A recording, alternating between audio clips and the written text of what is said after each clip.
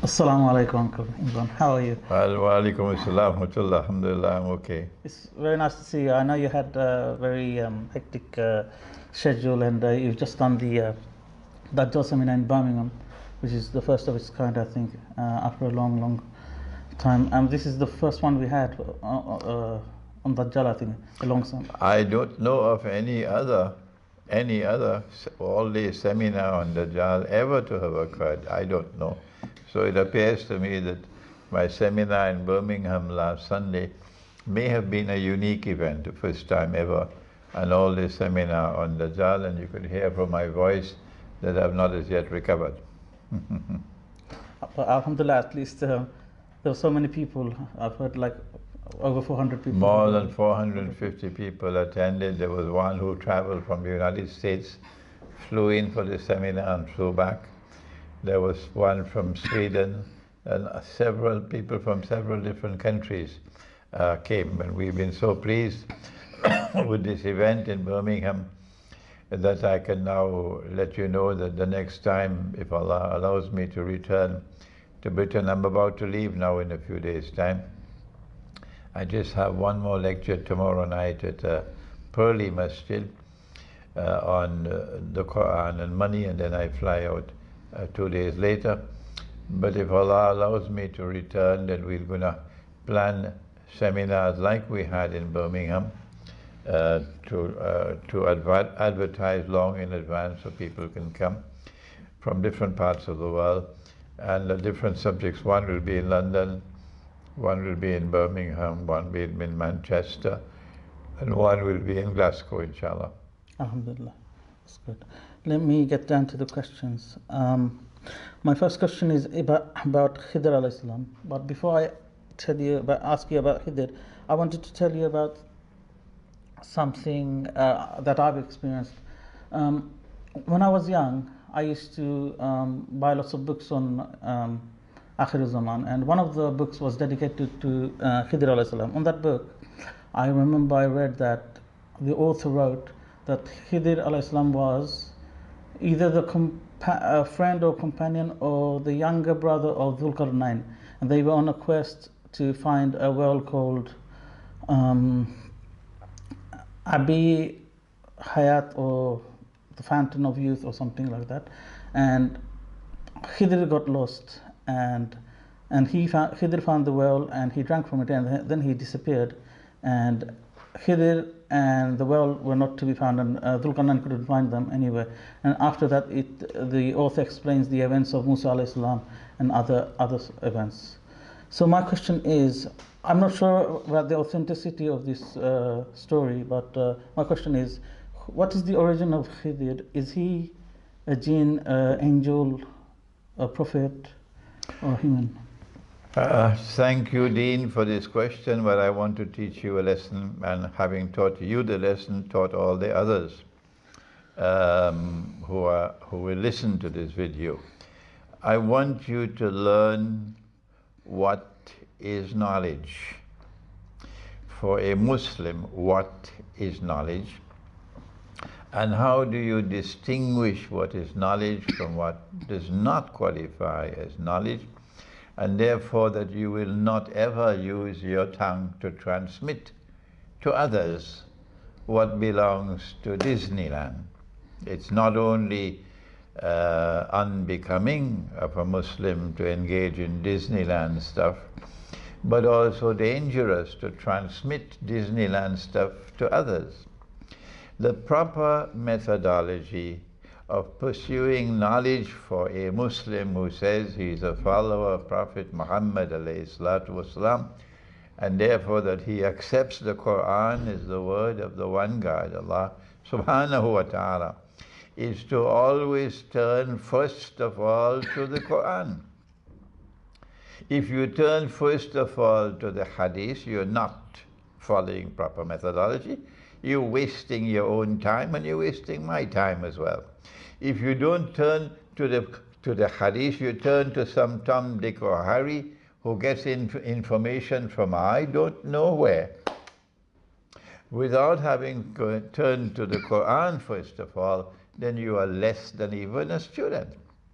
So my advice is to always turn to the Quran first of all to acquire knowledge. And if our subject is Khidr alayhi salam, go first to the Quran. Does the Quran tell us any information about him? And then having gone to the Quran and located from the Quran what is there in the Quran on the subject, only then do you go to the Hadith. And that's your second source of knowledge, the Hadith.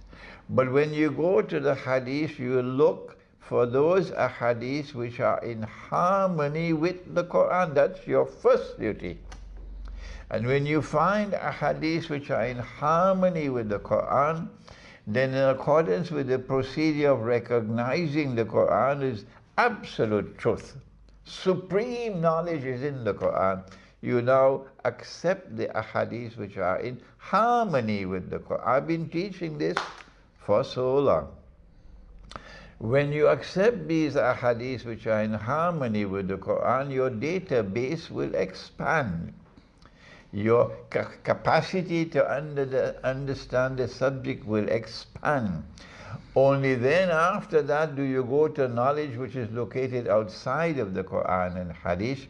And from the time you find the knowledge that you get outside of the Quran and the Hadith, if it is in conflict with the Quran, you reject it. If a Hadith is in conflict with the Quran, you reject it. And if that knowledge outside of the Quran and Hadith is not in harmony with the Quran or not in conflict with the Quran, it has a lower status, not worthy of being used for building the edifice of knowledge. So I don't know where this author got his information from, but it most certainly, he didn't get all of this knowledge from the Quran. Where he got it from, I don't know, and believe you me, I don't care. When you go to the Quran, you find that Khidr alayhi salam is not mentioned by name. But from the Hadith we're able to identify that this is Khidr alayhi salam. The Hadith is in Sahih Bukhari. And the Khidr that we find in the Quran, in Surah Al-Kahf, this is the only place in the Quran in which we locate that which can be identified as Khidr alayhi salam.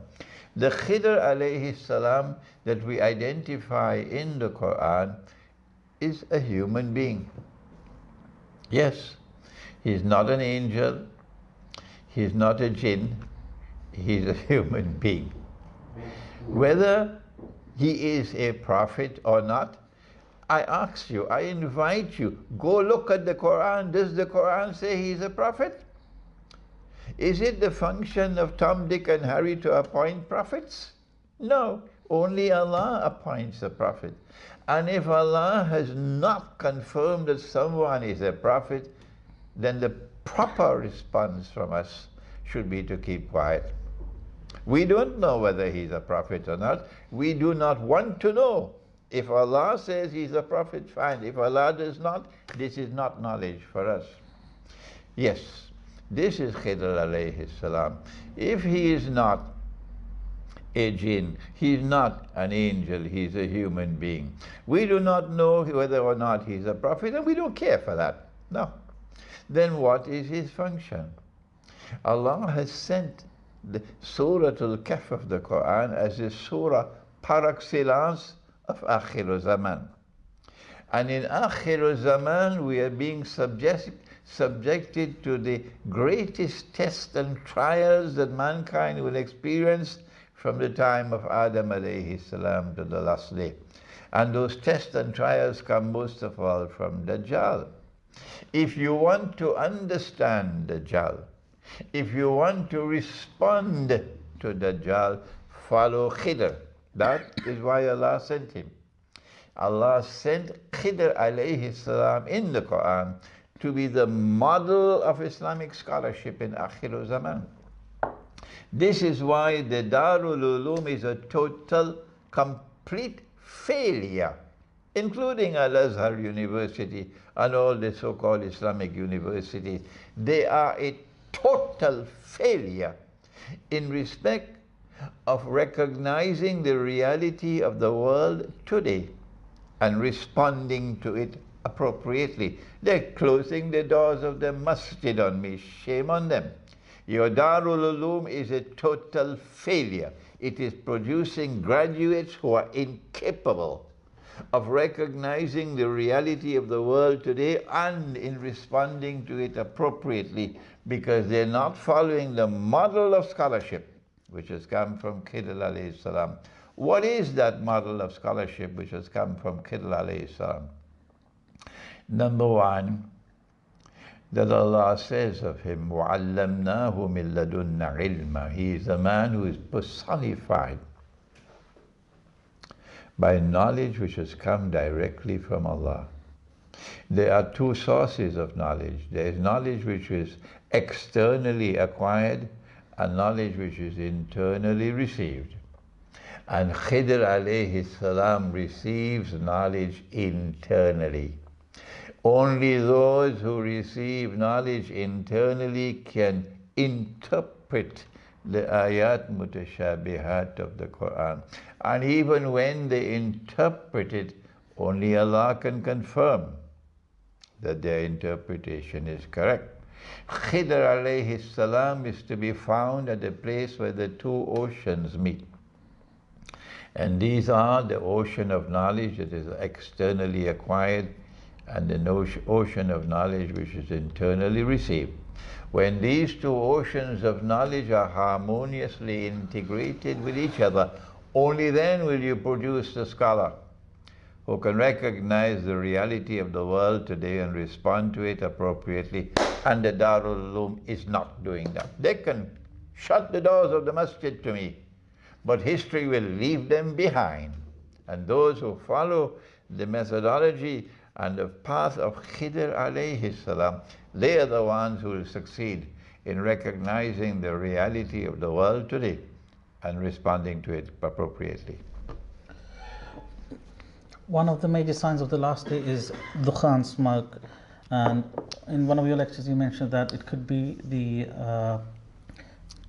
mushroom clouds from the big war Malhama.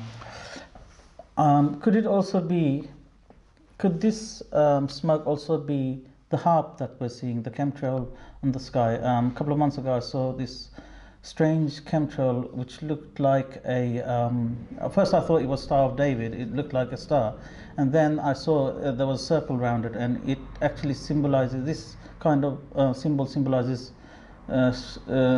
Satan worshippers use this symbol, and I was shocked to see that this was on the sky. So I'm just wondering. Okay, my Islamic eschatology comes from the Quran first of all, and then it comes from the hadiths of the Prophet ﷺ, which are in harmony with the Quran. When from these two sources we get the information that one of the major signs of the last day is dukhan, and Allah confirms in the Quran that the dukhan or the smoke will come after a flash of fire. Yursalu alaykuma shuwazun min nar wa nuhasun fala tantasiran. Surah Ar-Rahman. So the smoke comes after a flash of fire. It appears to me, Deen, that this points very clearly in the direction of the mushroom clouds that come from nuclear explosion. And so I don't know what is HARP. I have not had the time to devote attention to HARP. Those who have their time to do it should do it, and let them speak about it, and allow me to restrict myself to eschatology which comes out of the Quran and Hadith. Chemtrails, I don't know about the chemtrails. I see in the sky, and people write to me about the chemtrails. Yes, I can see it in the sky. But those who have the scientific knowledge, the expertise, they have the technical knowledge, with which to be able to comment in a serious way about HARP and about chemtrails. They should do that rather than I speak on a knowledge on a subject that I don't have the competence on which to speak. So very clearly, my view is that the smoke is attached to the flash of fire and therefore to the Great War. In the hadith mentions that Dabbat appears holding the seal of Solomon and the staff of Moses. It will illuminate the face of the believer and seal the nose of the unbeliever. When people living at the time come together, believers and unbelievers will be distinguished. It's in Ahmad Hanbal. What is your opinion? Yes, your hadith tells you that Dabbatul Ard will be holding the staff of Moses. That's what your hadith tells you. What does your Quran tell you? If you use proper methodology, you will always first go to the Quran for knowledge. And when you get knowledge from the Quran on the Batul Ard, only then will you go to the hadith and see whether the hadith is in harmony with the Quran. When will my students use proper methodology for the pursuit of knowledge? I am 76 years of age. I may not have much time left before Allah calls me away. Let me say it one more time. Proper methodology is to go first to the Quran. If you go first to the Quran and you search for Dabbatul Ard, you find only two references in the Quran.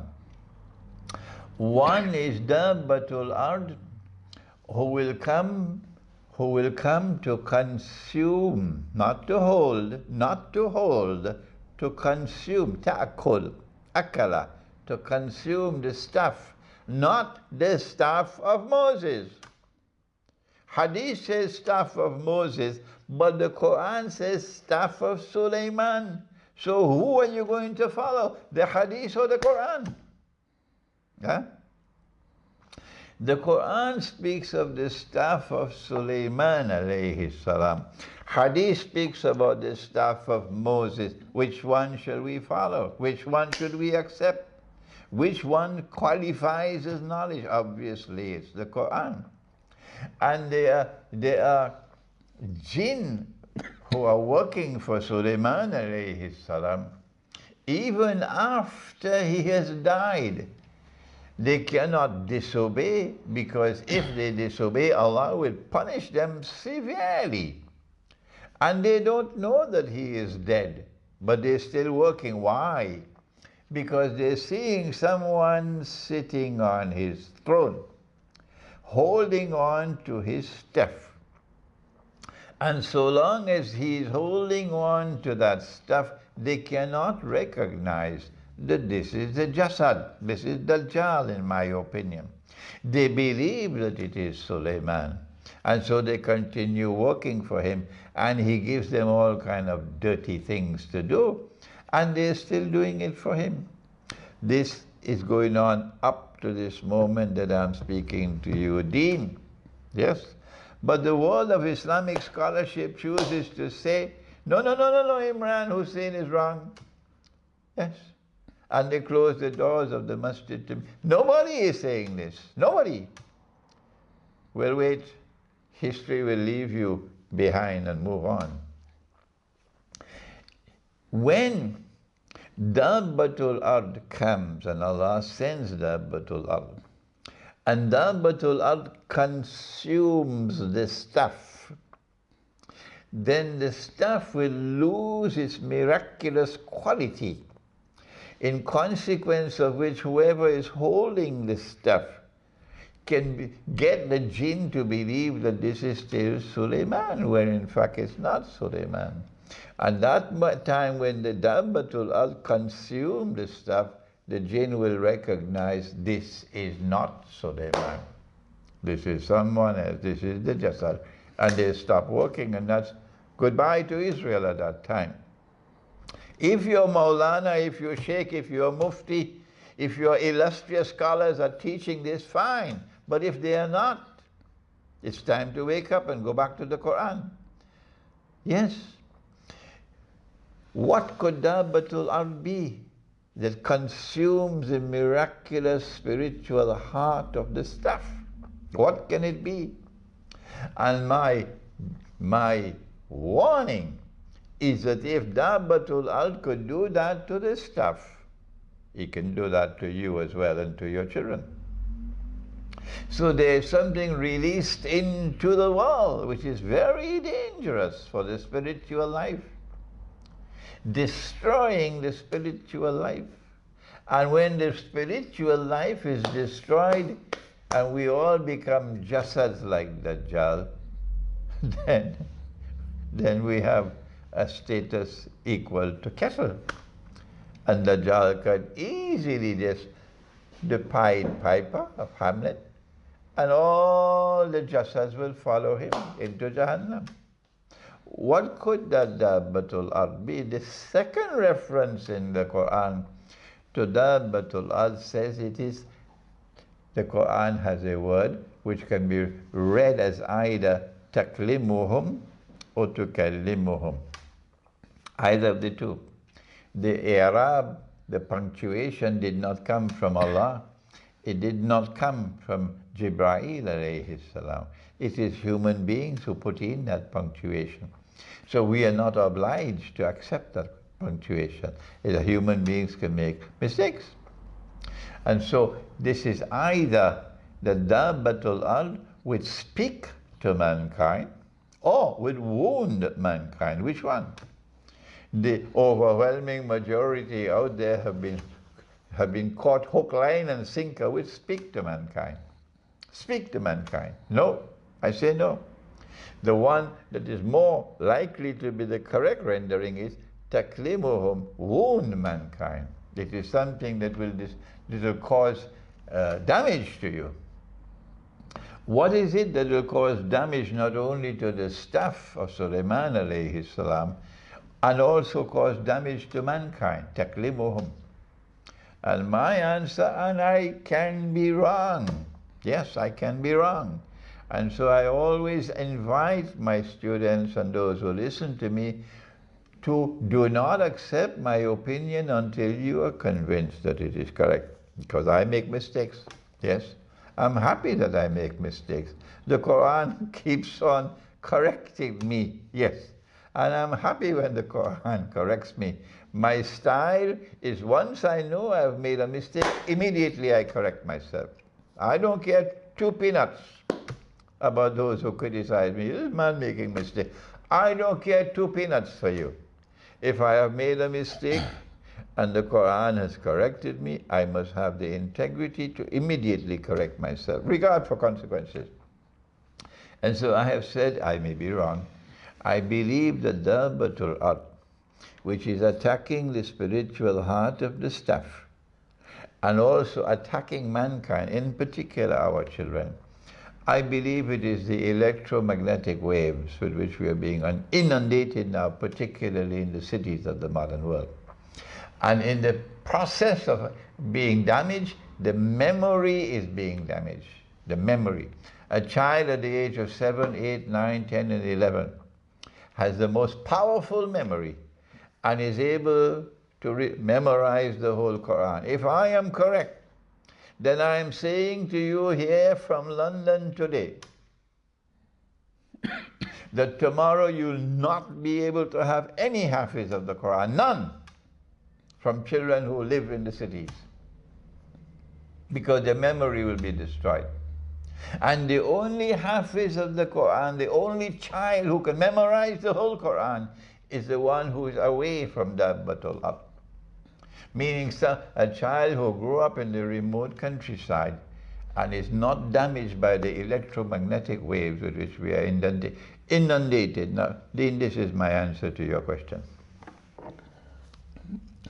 One of the major signs of the last day is fire coming out of Yemen. Is this, in your opinion, is this something that will trigger the Malhama? Because Yemen is being bombed by Saudi Arabia recently. Yeah, this is a good question. It's also a difficult question. The Prophet ﷺ was passing by some of his companions who were talking amongst themselves. And he asked, "What are you talking about?" And they said, "We are talking about the signs of the last day." And he said that the last day would not come until, and then he mentioned 10 signs. And one of the 10 is a fire which will come out of Yemen and which will drive people to the place of assembly, hashar. When will this fire come out of Yemen?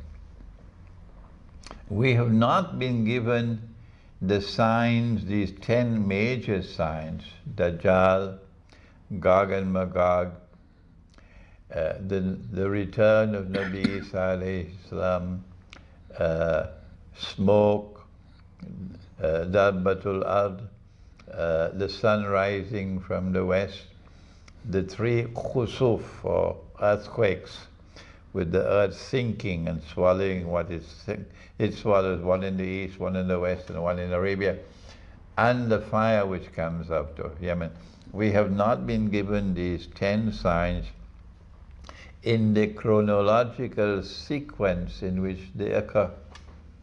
And so when we offer an opinion, it is just our opinion. We can be right, we can be wrong. And I still have difficulties. Yes, Dean, I still have difficulties in trying to locate when will this fire of Yemen come out in the chronological sequence. I know, for example, that we are now located at that moment in time when the next major event to occur would be the Great War. They are lusting for war with Russia, NATO, and when the war does take place, they're going to get a bitter surprise, because we have information from Surah Al-Rahman, for example. We have information from Surah Al-Rum, for example, of what is going to happen in that Great War. The next event after the Great War is the conquest of Constantinople. And the next event after that will be the Khuruj of Dajjal. And we know that only after Dajjal has emerged and declared himself to be the Messiah, only then, I believe, I can be wrong, that Imam al-Mahdi would be, the advent of Imam al-Mahdi will occur. And after Imam al-Mahdi appears, alayhi salam, only then would Nabi Isa alayhi salam return. And Nabi Isa alayhi salam will then kill Dajjal. And Allah will then destroy, not release, destroy Gog and Magog. And then after that would come the end of history, where you will have Imam al-Mahdi ruling from a Khilafah state in Mecca, and that means that the kingdom, the American kingdom of Saudi Arabia would return to the garbage bin from which it emerged in the first place.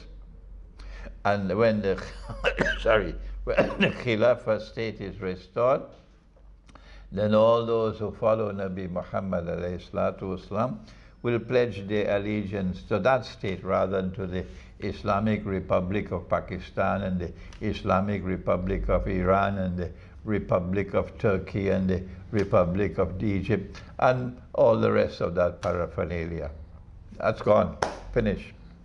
What now remains is this Khilafah state. But our excellencies and prime ministers and presidents, they have less than a passing acquaintance with Islam, the knowledge of Islam. Yes, these are people ruling over us.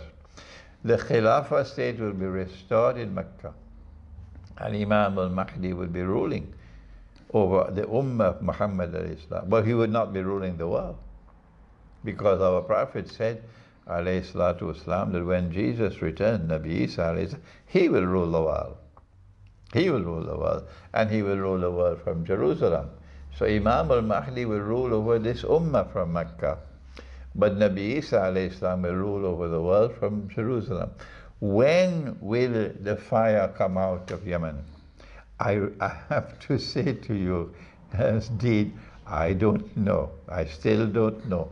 But what I can say clearly is that the Saudis are now building the fire. Foolishly so, which will consume them. That's right. Thank you. In a hadith in Sahih Muslim,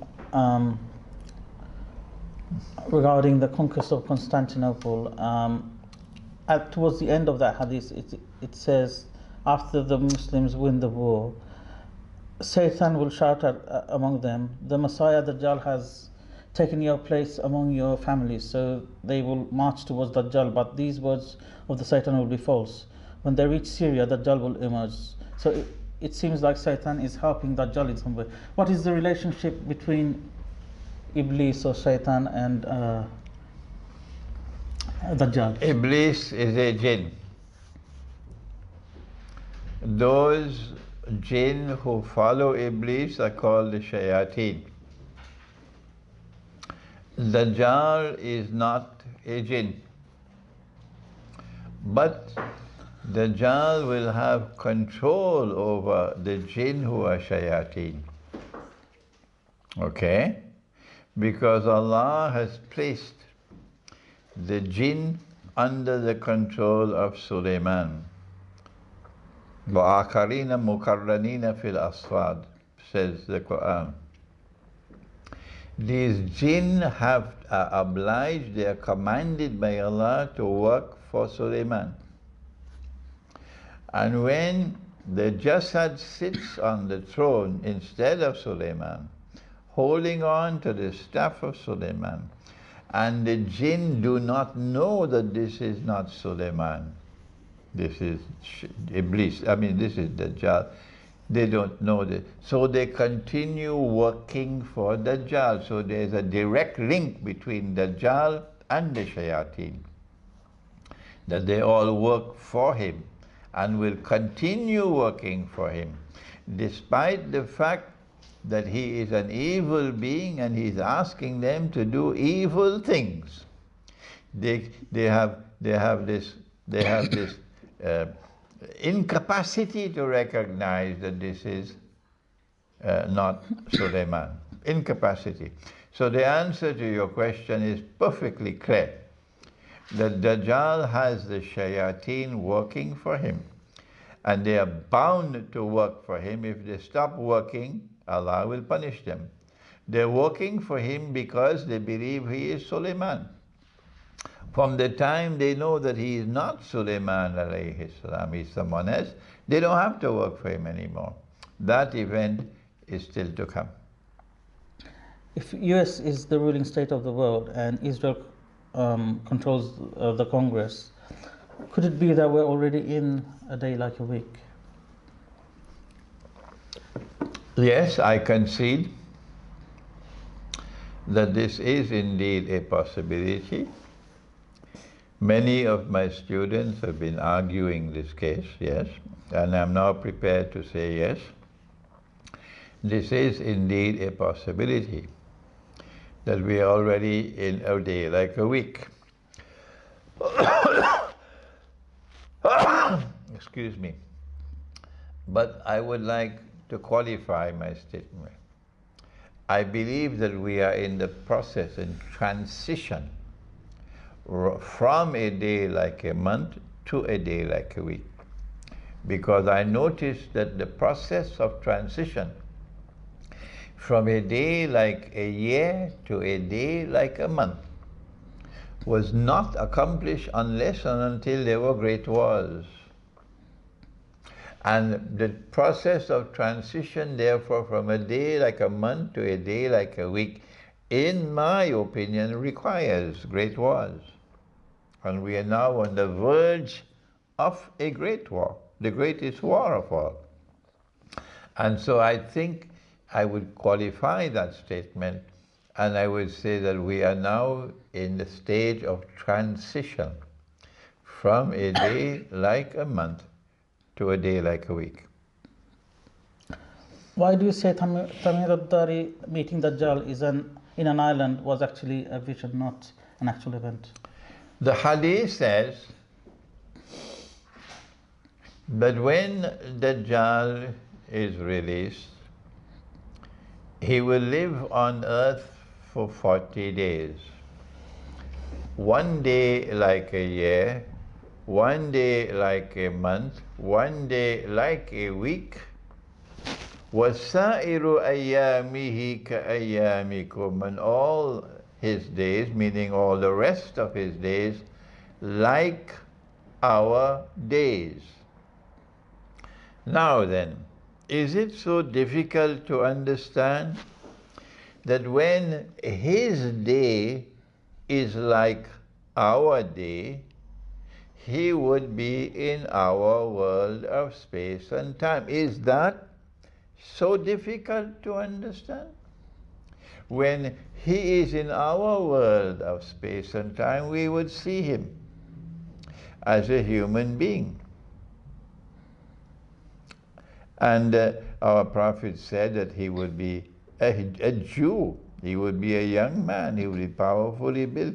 He'll have the curls at the side of his head. But before his day is like our day, when he is in a day which is like a year, a day which is like a month, a day which is like a week, and the Quran refers to this as intaliku ila zillin zi salasi shu'ab, proceed to a shadow which will have 3 stages.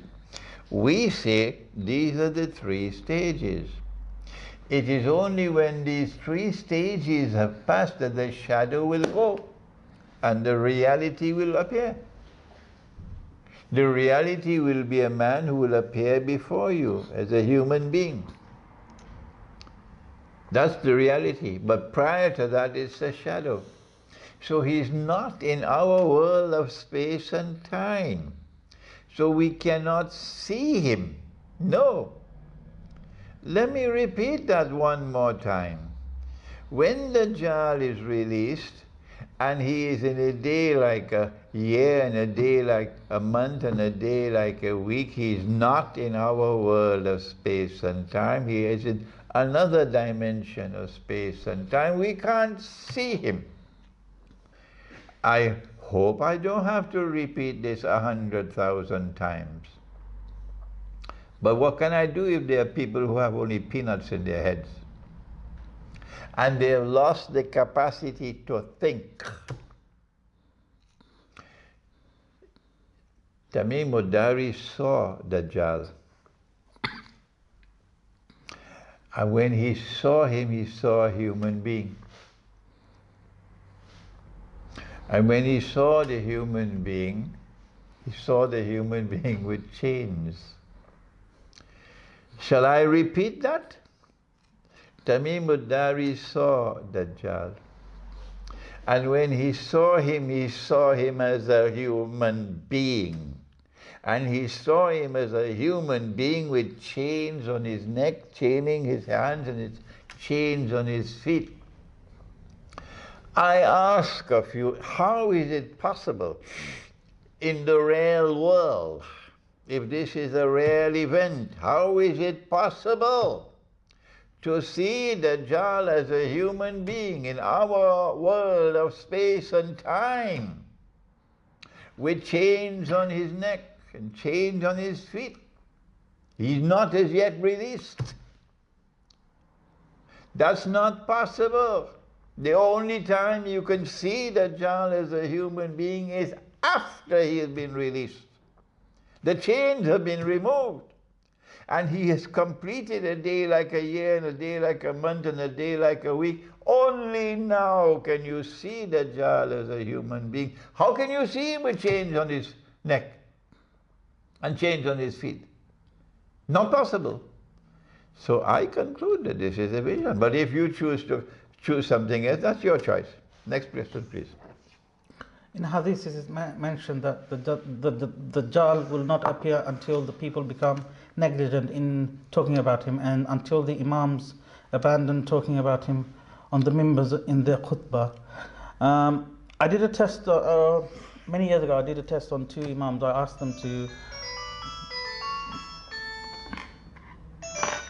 asked them if you could mention Dajjal and warn the people about Dajjal in the khutbah, and they plainly refused.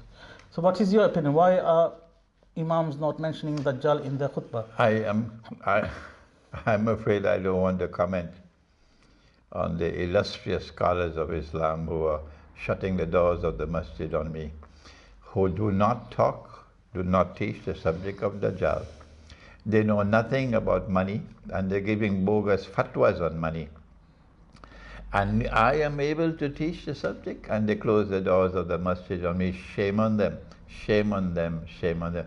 I don't know, you have to ask them, why are they doing that? Why do they not talk about Dajjal? Post-nuclear world war, after the Malhama, when there's shortage of food, would Gog and Magog or the godless society become cannibals and start hunting people to eat them? Because I think one of the hadiths mentions this. What we do have, no, we don't have any hadith about cannibalism. Okay. What we do have is that Dajjal will cause the rain to stop falling. And therefore, he has control over the climate. The first year, 1/3 of the rain will stop falling, and 1/3 of the crops will not grow. And then the second year, 2/3 rain would not fall. And then in the third year, no rain will fall. And every hoofed animal will die.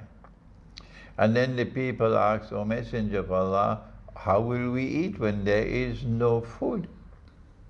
And then he said that every Subhanallah will become food. Every Alhamdulillah will become food.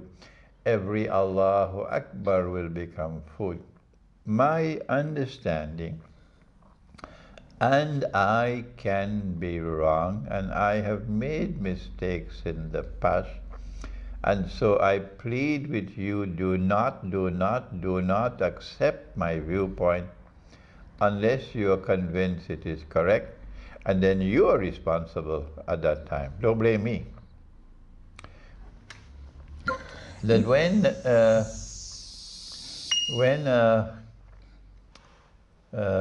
Banu Israel were in Sinai and there was no food, Allah sent food for them. The birds would be flying, and very close you can catch them. And then in the early morning at dawn, there was the honey which came down, something like honey, sticky. And you have to gather it before the sun comes up, otherwise it will melt. So Allah can send food for people when there is no food. The second instance we have is Maryam, when she was in the mihrab. And when Zakaria alayhi salam would come and ask her, and he sees the food, Anna laki hadha, O Maryam, from where did you get this food? And she said, I asked, and Allah sent me the food. So therefore, the likely explanation is that the believers of Allah who have sincerity in their hearts can turn to Allah and ask for food, and Allah can send it to them. The last example we have is the one where there is a demand from the disciples of Nabi Isa alayhi salam. We are asking you, ask Allah to send us a table full of cooked food. Cooked food. Huh? And Nabi Isa alayhi salam asked, and Allah sent a table with cooked food. So therefore this is a possibility that at that time when there is famine, that Allah can provide food for His servants. Yeah. And in time hadith, in Sahih Bukhari and Sahih Muslim, it is mentioned that the Muslim will kill the Jews, and the stones will speak, and they say there's a Yahudi hiding behind me. come and kill him. And it also mentions that the stones will speak except the garkat tree because it belongs to the Jews. What is this tree? I don't know. I'm sorry. I cannot comment on the garkat tree. All I know, this is what the Hadith says, yeah. Where will Imam Mahdi be when Isa alayhi salam takes his people to Mount Tur? Because there's no mention of Imam Mahdi. We don't know. The Quran and the Hadith do not tell us where he will be at that time. We know that both of them will be in the masjid, in Damascus, both of them. And then Nabi Isa alayhi salam will leave the masjid and pursue Dajjal until he overtakes him at Lud and kills him. But the Hadith does not tell us where Imam al-Mahdi will travel from there. We don't know. Between the 50s and the 60s, a very well-known peacetime battle between America and Russia was the race to the moon. And there are conspiracy theorists or experts who say mankind have never ever left the Earth, low Earth orbit, let alone landing a man on the moon. Has NASA been lying about I will have to travel to the moon one day, and I'll have to check it out, and then I'll let you know whether NASA was lying or not, yes. Back in the 80s, US helped Afghanistan defeat the Soviets. Then they turned their back on Afghanistan and unleashed the so-called war on terror. Some say this may have been the fulfillment of the hadith of the betrayal of Rome. What is your opinion? I don't know what is the betrayal of Rome. I know there's a hadith that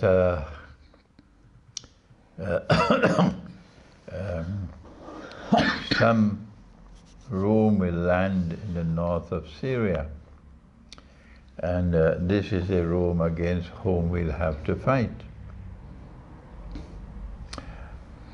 But in the Quran, there is another Rome,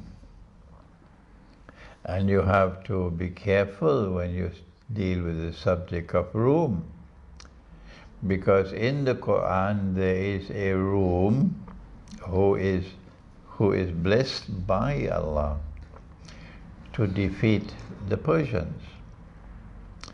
And when that victory of Rome takes place, then we, the Muslims, will celebrate, says the Quran. وَيَوْمَئِذٍ يَفْرَحُ الْمُؤْمِنُونَ. But then the Quran goes on to say that part of Rome abandoned the law. And when they abandoned the law, then Allah cursed them.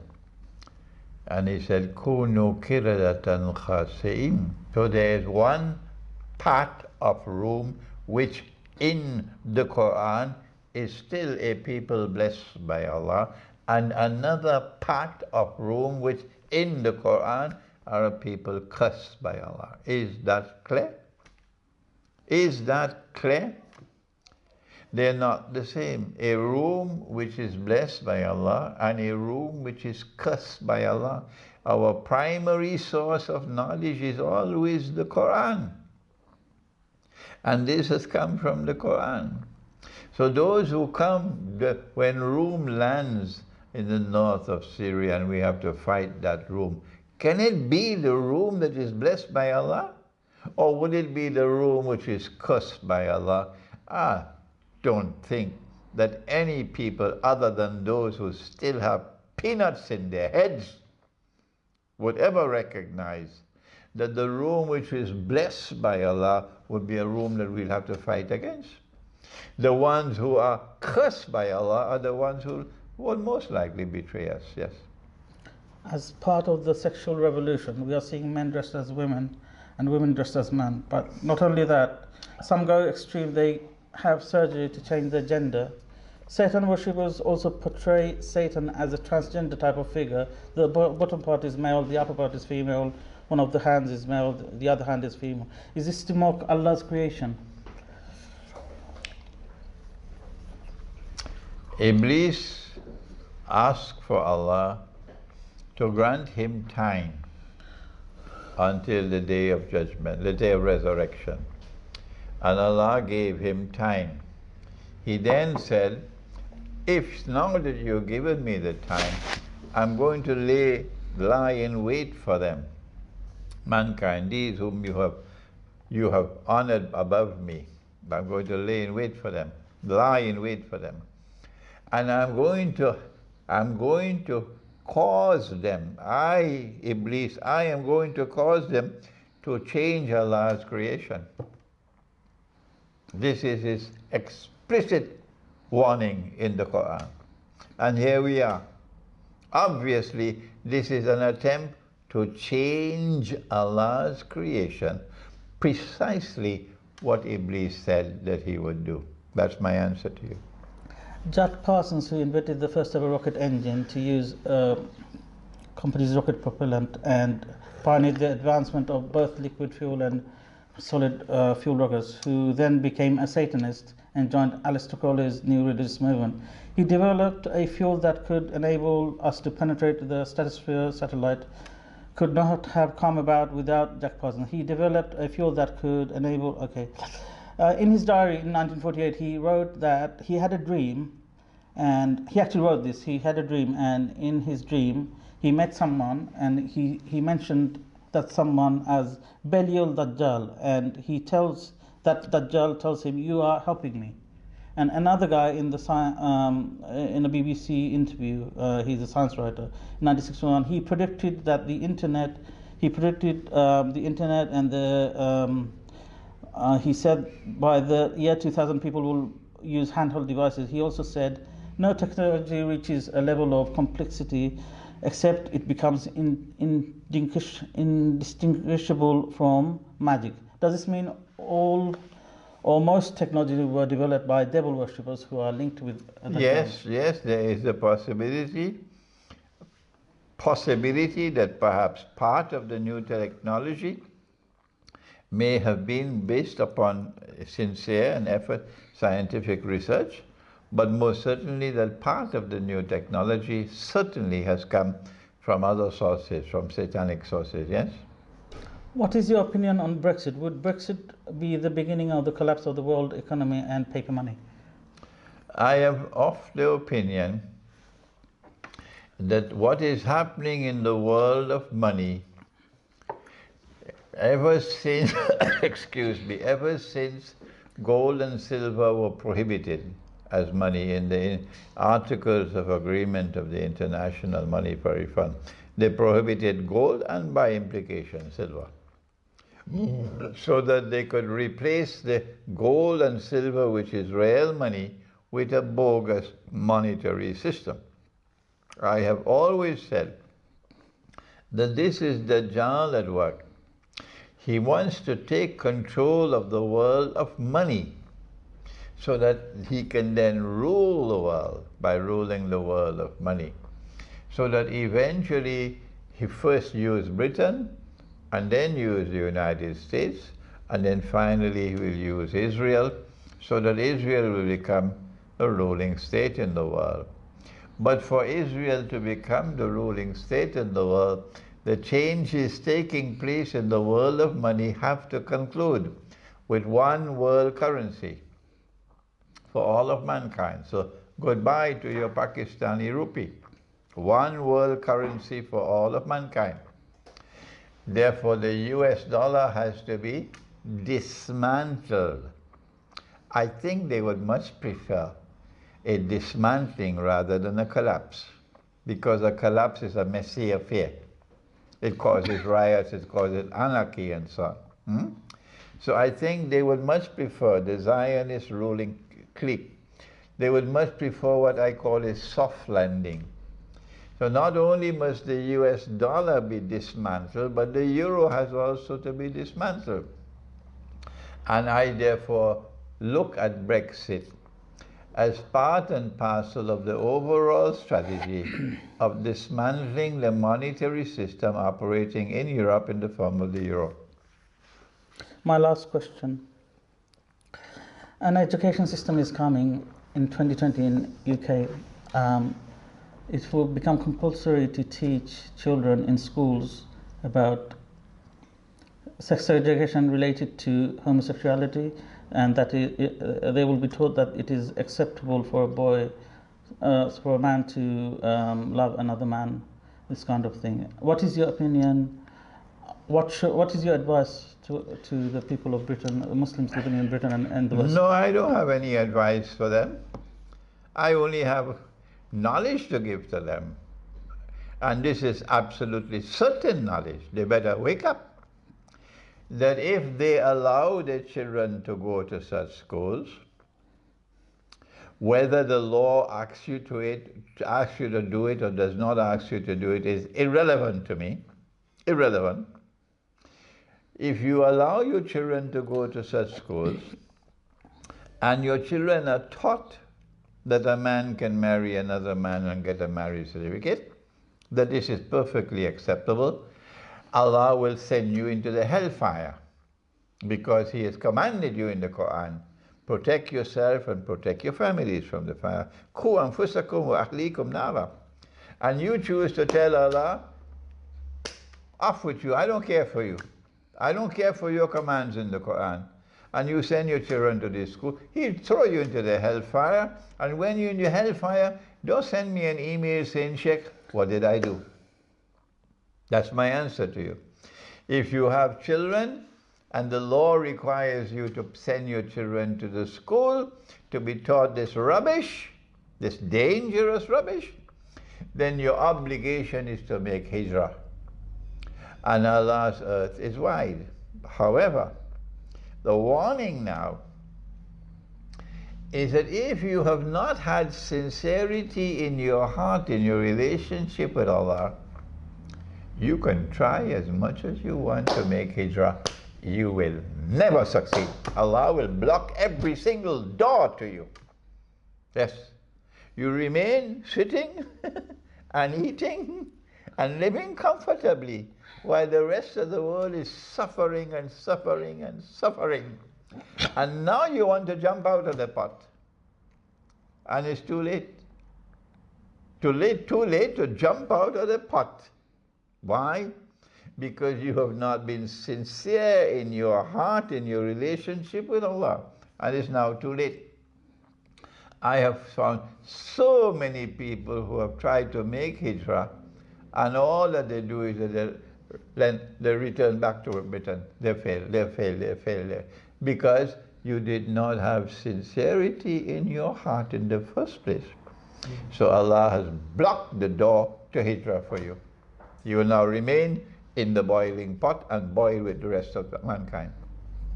Jazakumullah khairan, Uncle Imran, for this interview. We have a growing number of students in Bangladesh, India, Pakistan, in the Arab world, and now a lot of students are growing in the West as well.